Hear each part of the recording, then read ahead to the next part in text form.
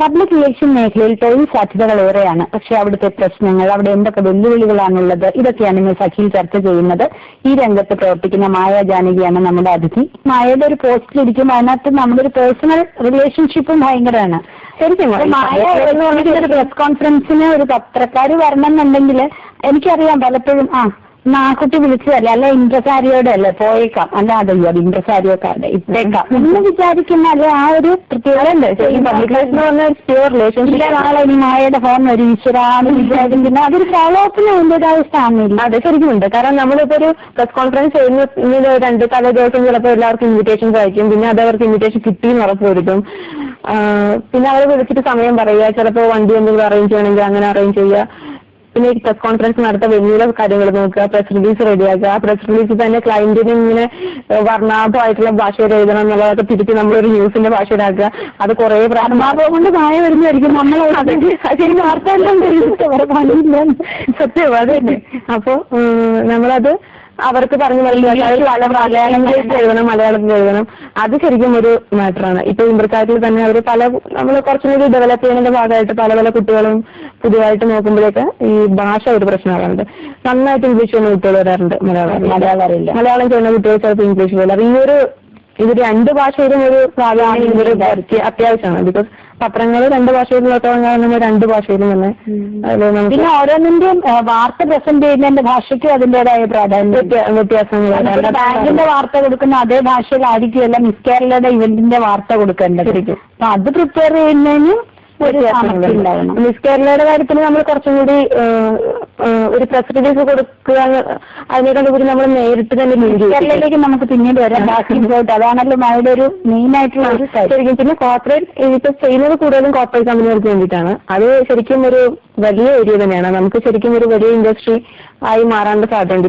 എല്ലാ ദിവസവും എറണാകുളത്ത് എനിക്ക് തോന്നുന്നു ഒരു 3-4 എന്ന് പറയുന്ന ലെവലില് ഇത്തരം കോർപ്പറേറ്റ് കമ്പനികളുടെ പത്രസമ്മേളനം നടക്കുന്നുണ്ട്. അപ്പൊ ഇന്നത് കൂടാനാണ് സാധ്യത, അല്ലെ? സാധ്യത ഉണ്ട്. കാരണം കമ്പനികൾ ഇപ്പൊ ചിന്തിച്ചു തുടങ്ങും. പ്രത്യേകിച്ച് റിസഷനൊക്കെ ആവുന്ന സമയത്ത് അവര് കൂടുതൽ ഈ PR ശ്രദ്ധിക്കുന്നുണ്ട്. കാരണം ഒരു അഡ്വർടൈസ്മെന്റ് കൊടുക്കണമെന്നുണ്ടെങ്കിൽ റിലാക്സ് മുടക്കിയിട്ട് അവർക്ക് കൊടുക്കും. അതിനേക്കാൾ അവരുടെ അഡ്വർടൈസ്മെന്റിന് ഒരു വിഷ്വൽ ഒരു വിസിബിലിറ്റിയാണ് അവർക്ക് കൊടുക്കുന്നത്. പക്ഷെ ഒരു ന്യൂസ് വരുമ്പോൾ അതിന് വളരെ വിശ്വാസ്യതയുണ്ട്. ആ ക്രെഡിബിലിറ്റിക്ക് വേണ്ടിയിട്ട് ആൾക്കാർ PR ചെയ്യാറുണ്ട്. പിന്നെ ഇപ്പത്തെ ഈ റിസഷന്റെ ഒരു സാഹചര്യത്തില് കുറച്ചും കൂടി അവരുടെ എന്താ പറയാ കോസ്റ്റ് കട്ടിന്റെ ഒക്കെ ഭാഗമായിട്ട് അഡ്വർടൈസ്മെന്റ് നേരെ PR ആയി മാറാറുണ്ട്. അത് കുറച്ചും കൂടി ഇഫക്റ്റീവ് ആണ്. ഈ പ്രസ് റിലീസും പ്രസ് കോർഡിനേഷനും അല്ല പ്രസ് കോൺഫറൻസും മാത്രമല്ല PR-ന്റെ ഒരു ഭാഗം എന്ന് പറയുന്നത്. എന്തൊക്കെയാ ചെയ്യാറ്? ഇപ്പോ ഒരു PR ക്യാമ്പയിൻ നമ്മൾ നേരിട്ട് പബ്ലിക്കിലേക്ക്, അതായത് ഒരു പത്രത്തിലൂടെ അല്ലെങ്കിൽ ഒരു TV-യിലൂടെ ഒന്നും അല്ലാതെ തന്നെ PR ക്യാമ്പയിൻ മാതിരി നമ്മളൊരു എനിക്ക് തോന്നുന്നു നിങ്ങൾ എന്താ ഐഡിയയ്ക്ക് വേണ്ടി അങ്ങനെ കൂടുതൽ ചെയ്യാറുണ്ട്. അത് ചെയ്യാറുണ്ട്.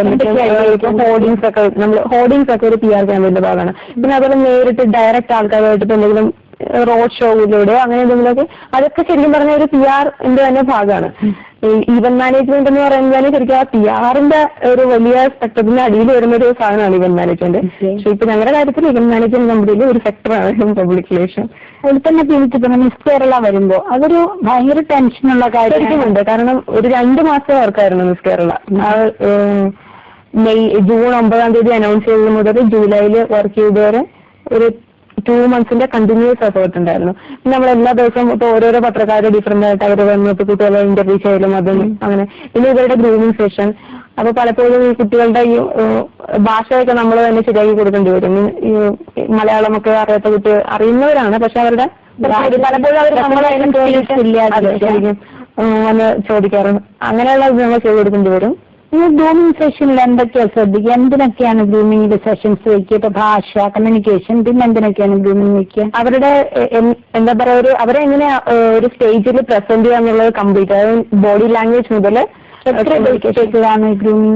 ഗ്രൂമിംഗ് 1 week ആണ് ആക്ച്വലി വെക്കാറുള്ളത്. നമ്മൾ പ്രിലിമിനറി കഴിഞ്ഞിട്ട് 1 week വെച്ചിട്ട് പിന്നെ അത് കഴിഞ്ഞിട്ട് അടുത്ത ദിവസം കഴിഞ്ഞ വർഷത്തെ മിസ് കേരളയിൽ ശ്രദ്ധിക്കപ്പെട്ട വേറൊരു കാര്യം, നമ്മൾ പറയാം ഇന്റീരിയർ കേരള എന്നൊക്കെ മെട്രോയിൽ നിന്ന് മാറിയിട്ട് തൊടുപുഴ അങ്ങനെയൊക്കെയുള്ള കൊച്ചു സ്ഥലത്തു നിന്നൊക്കെ ആൾക്കാർ വരുന്നുണ്ട്. നമ്മളൊരിക്കലും ഓർക്കൂല അവിടെയൊക്കെ അങ്ങനത്തെ ഒരു ടേസ്റ്റ് കുട്ടികൾക്കിടയിൽ ഉണ്ടായി കഴിഞ്ഞു എന്നുള്ള കാര്യം. പൊതുവെ കൊച്ചിയിൽ നിന്ന് നോക്കുമ്പോൾ നമ്മുടെ ചങ്ങനാശ്ശേരി, തൃശ്ശൂർ, തൊടുപുഴ അങ്ങനത്തെ സ്ഥലങ്ങളിൽ നിന്നൊക്കെ ഉണ്ടായിരുന്നു.